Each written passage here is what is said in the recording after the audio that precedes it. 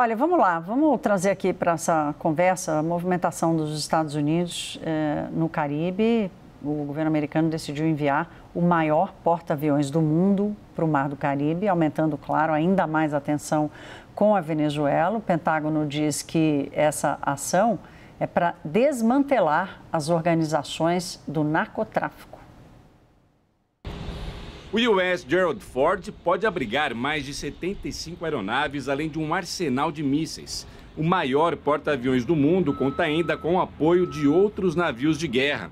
Serão dias de viagem saindo do Mar Adriático, na Croácia, onde o grupo de ataque está atracado, até chegar ao Mar do Caribe, a mais de 8.000 quilômetros de distância. Segundo o porta-voz-chefe do Pentágono, Sean Parnell, a ação foi tomada seguindo a diretriz da Casa Branca para desmantelar organizações criminosas transnacionais e combater o narcoterrorismo. Não se sabe até que ponto o Pentágono está decidido a ir em sua ofensiva na América Latina. A CNN ouviu fontes que afirmam haver pressão de autoridades do governo sobre o presidente Donald Trump por uma mudança de regime e que a campanha antidrogas pode levar à deposição de Nicolás Maduro.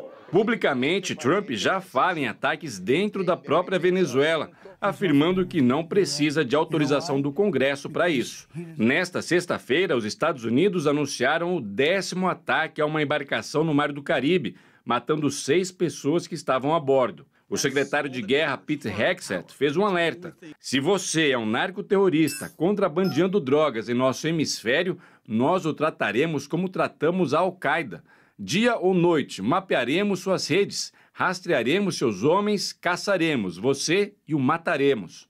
Também nesta sexta, o presidente da Colômbia, Gustavo Petro, a esposa e o filho foram alvo de sanções econômicas pelo Departamento de Tesouro, na mesma lista em que figuram líderes como Nicolás Maduro e Vladimir Putin. Cidadãos e empresas dos Estados Unidos são proibidos de realizar qualquer tipo de transação financeira ou comercial com os sancionados. Trump acusa Petro de estar envolvido com o narcotráfico e de permitir o fluxo de drogas aos Estados Unidos. Petro chamou Trump de rude e ignorante nas redes sociais. Às vésperas de um possível encontro com Trump, Lula criticou as recentes ações militares dos Estados Unidos na América Latina. Se a moda pega, cada um acha que pode invadir o território do outro para fazer o que quer, onde é que vai surgir a palavra respeitabilidade da soberania dos países? É ruim. Então eu pretendo discutir esses assuntos com o presidente Trump, se ele colocar na mesa. Não resisto em lembrar aqui que Lula nunca traçou esse mesmo paralelo ao tratar da Rússia com a Ucrânia, né? Essa moda pega, né? De invadir um território assim, do nada, né, Lorival? Bem observado. Mariana, eu quero começar te perguntando aqui, quanto a gente pode levar a sério? Porque, assim, custa uma fortuna essa movimentação de tirar o porta-aviões lá da costa do Asiático, né? Do Adriático, desculpe, da costa da Croácia, para vir parar aqui no Caribe. O quanto a gente pode levar a sério essa ameaça de Trump? Bom, no século XXI, a guerra nunca é necessariamente só convencional ou só não convencional, né? Normalmente a guerra tem um hibridismo de táticas e de estratégias. O que a gente está vendo agora é um misto de ameaça de intervenção externa com uma tentativa de interferência externa. Interferência externa seria a tentativa de uma mudança de regime. E o armamento que o Trump está deslocando do restante do mundo para o Caribe seria uma forma de demonstrar comprometimento com essa estratégia de interferência externa. Isso é muito relevante porque isso traz para a América do Sul o fantasma da guerra. A guerra, ela é um problema, e aí lembrando que o presidente Lula pretenderia falar com o Trump sobre isso amanhã, aliás, no domingo, né? Amanhã na Ásia, no domingo aqui, daqui a 2 dias aqui, falaria com o Trump. Por quê? Porque trazer o fantasma da guerra para a América do Sul significa trazer o fantasma de o que a gente chama de uma possível situação de Estado falido na América do Sul. E um Estado falido, ele traz consigo diversas ilegalidades, como tráfico de pessoas, tráfico de armas, tráfico de drogas, que já é a realidade, e outros tipos de ilegalidades que transbordam as fronteiras. Isso traria para o Brasil um problema muito sério, não só com os refugiados, como com essas ilegalidades. E isso também traria para o Brasil uma necessidade de se posicionar, talvez, inclusive, diretamente relacionado ao conflito. Isso é um grande problema para a gente, tanto em termos de nossas fronteiras, que são porosas em relação aos países da região da América do Sul setentrional, como no que diz respeito às nossas Forças Armadas. Não sei se elas estão preparadas para o conflito, se elas têm uma disposição de entrar no conflito, e como a gente se posicionaria nessa situação.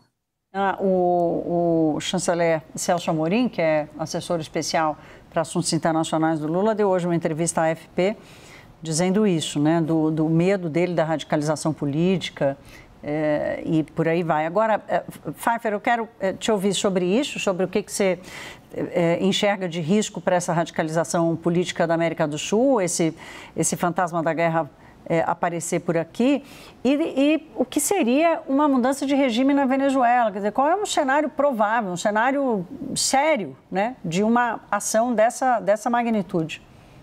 Bom, a descrição da Mariana é a descrição da realidade. O Brasil já recebe os refugiados da Venezuela, aliás, a América do Sul inteira recebe, a Europa recebe, os Estados Unidos recebem. A Venezuela já é um centro dos ilícitos, as redes criminais transnacionais estão disseminadas por toda a América do Sul, América Latina. O Brasil é um grande operativo disso e a Venezuela é o paraíso, é uma terra franca para a atividade dos narcotraficantes, dos delitos conexos, tráfico de pessoas, de armas, lavagem de dinheiro, corrupção, o tráfico ambiental, o desmatamento ilegal, o garimpo ilegal, tudo está relacionado com redes criminais transnacionais e que tem na Venezuela um paraíso para operarem. Eu discordo da ideia de que estamos trazendo o fantasma da guerra para a região. O que nós estamos trazendo é o fortalecimento da presença americana. Isso está anunciado desde o discurso de posse de Donald Trump. A mensagem não é para a Venezuela quando o porta-aviões Gerald Ford vem para esta região, a maior embarcação, a maior belonave da frota americana. A mensagem é para a China e para a Rússia, dizendo que a região é de guarida, de interesse dos Estados Unidos e não desse país. Para derrubar o governo de Nicolás Maduro, você não precisa de uma embarcação, de um operativo desse tamanho, com essa envergadura. Com um porta-helicópteros, com coisas menores, você consegue fazer isso. Isso não é para atacar narcotraficante. Para atacar narcotraficante, você vai atacar essas lanchas, enfim, isso seria matar mosca com canhão. Não é o caso. O sinal é claro para o mundo que a região é de interesse e é de domínio dos Estados Unidos. Para o Brasil, não há hipótese de conflito. Nós não vamos entrar em guerra com os Estados Unidos. O que nós temos o risco é de alguma penetração dessas redes criminosas na fronteira porosa da Amazônia, saindo de uma Venezuela que, na derrubada eventual de poder de Nicolás Maduro, seria ocupada pelo candidato vencedor, segundo toda a comunidade internacional, e a normalização da vida política e social na Venezuela. O regime de Nicolás Maduro tenta se manter no poder, um regime que não tem legitimidade, um regime que é falido do ponto de vista econômico e que tenta, por meio de arregimentação popular, manter algum entusiasmo. Mas creio que não é uma situação que vai causar grande instabilidade para o Brasil. A instabilidade já está dada pelo regime de Nicolás Maduro. Olha o caso da Guiana, por exemplo, né? Que é instabilidade maior, quem provoca o conflito, a hipótese de guerra na região, é a Venezuela, não são os Estados Unidos. Pógio, eu quero te ouvir, você estando aí nos Estados Unidos e acompanhando a política americana, essa história de não ter participação do Congresso, do Trump tá matando as pessoas nessas embarcações sem dar provas, claramente violando as leis internacionais, e todo mundo calado, né? Quer dizer, todo mundo calado. É óbvio que tem um debate forte acontecendo aí nos Estados Unidos, mas qual é o limite e onde é que você enxerga alguma reação do Congresso, inclusive de republicanos, a esse avanço de Trump?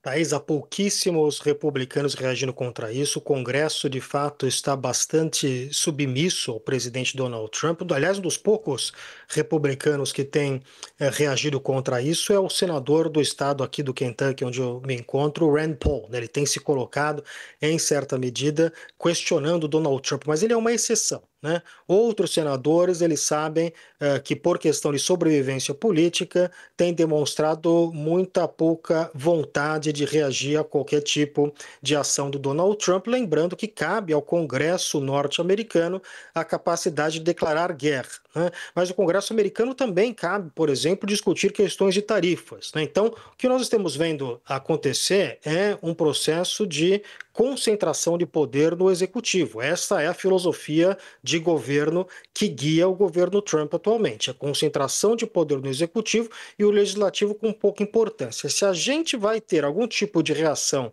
do poder legislativo do Congresso norte-americano, não vai ser agora. Vai ser daqui a um ano, a depender do resultado das eleições de meio de mandato, né? Acho que se houver uma mudança na questão do Congresso, como é normal haver em eleições de meio de mandato parlamentares, né? O partido do presidente costuma perder assentos. As pesquisas, estamos muito longe ainda das eleições de meio de mandato, mas as pesquisas tendem a indicar uma perda de controle do Partido Republicano. Esse seria a única ferramenta que traria algum tipo de contrapeso ao Donald Trump. Tirando isso, a gente vai ter um governo que vai, pelo contrário, se aproveitar muito enquanto estiver maioria tanto no Senado quanto no Congresso, que é o cenário atual, para poder contar com um Congresso norte-americano bastante submisso. O líder republicano no Congresso, basicamente, às vezes até de forma constrangida, o que ele tem feito é simplesmente carimbar as decisões do Donald Trump. A gente não tem nenhum tipo de reação organizada, o que nos leva a crer que o governo, o poder executivo, tem se sentido mais à vontade nesse sentido, né?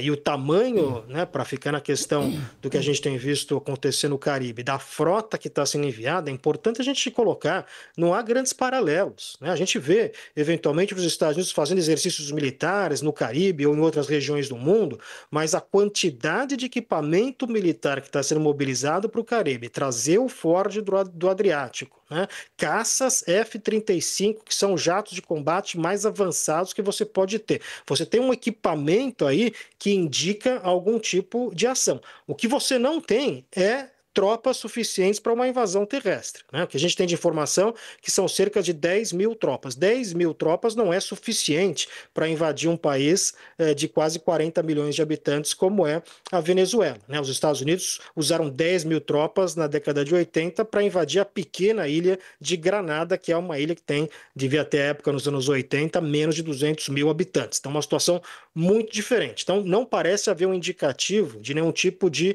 ação terrestre. Mas havendo uma ação aérea, isto pode sim de fato acontecer, aí vai depender muito da correlação de forças dentro da Venezuela. O Pfeiffer menciona a questão de que tem aí a oposição, mas vai depender muito da lealdade do exército venezuelano, por exemplo, para a gente entender como é que vai se desdobrar qualquer tipo de ação que seja simplesmente uma ação aérea, né, que seja colocada de forma muito específica em pontos dentro da Venezuela, sem uma presença de tropas norte-americanas.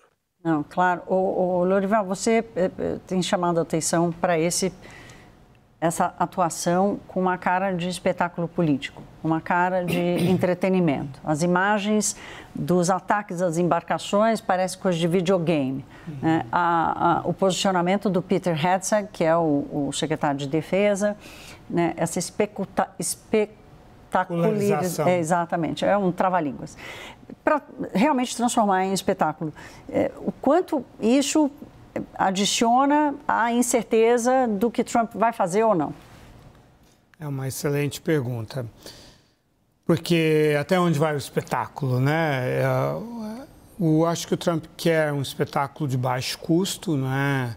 E no sentido de oferecer violência para o público dele. Esse é uma artimanha que vem desde o Império Romano e provavelmente desde muito antes, quando os gladiadores eram colocados para brigar ou para brigar com leões e tal. O Talibã usava isso também nos campos de futebol, as execuções. O Hamas agora fez execuções também. Então é para atender a sede de sangue do público, né? O populacho precisa de sangue, de violência, para dispersar a sua energia de frustrações do cotidiano e tal. uma coisa um pouco terapêutica, embora macabra, né? Assim, então, ele atende a esse requisito. Esse é um aspecto, o aspecto político doméstico. Eu concordo com o Alberto na questão do deslocamento, falando agora do Gerald Ford, como sendo o símbolo, né, do deslocamento, da projeção de poder do Mediterrâneo, entendendo aí como África e como Europa. Um né? desfile. O deslocamento de poder para as Américas como uma mudança de doutrina, no sentido de que agora estamos concentrados, estamos projetando o poder sobre o nosso hemisfério. Doutrina Monroe, né? Isso é algo que a gente vem discutindo desde que o Trump assumiu. Então, acho que eu estou em linha com isso, é uma visão geopolítica que ele trouxe, eu acho bastante válida. Agora, na sua pergunta está embutido o risco do erro de cálculo, que existe numa situação dessa, né? Quer dizer, está ali o Petro, é um nacionalista, agora falando de Colômbia, porque, veja, são dois governos muito diferentes. Né? O Nicolás Maduro vem fraudando eleições há muito tempo, e antes dele, Hugo Chávez, são ditadores. Gustavo Petro ele é um cara de esquerda, mas ele é um presidente eleito democraticamente. Tem eleição ano que vem, inclusive. O mandato dele termina em agosto. São coisas bem diferentes. E, no entanto, o Trump colocou os dois no mesmo saco. Né? Assim, então, pode haver uma reação colombiana, pode haver um incidente qualquer que leve a uma guerra. Isso pode acontecer. Né? O Gerald Ford, a última missão dele foi proteger Israel do Irã. É por isso que ele estava lá no Mediterrâneo, né, no espaço mediterrâneo. Não se compara a situação que existe aqui. Né? Agora ele está vindo para uma missão de apoio à destruição de embarcações que são, francamente, assassinatos. Né? Isso que ele está fazendo lá são assassinatos de pessoas que não sabemos quem são. Agora, se há um erro de cálculo ali, pode sim haver uma guerra.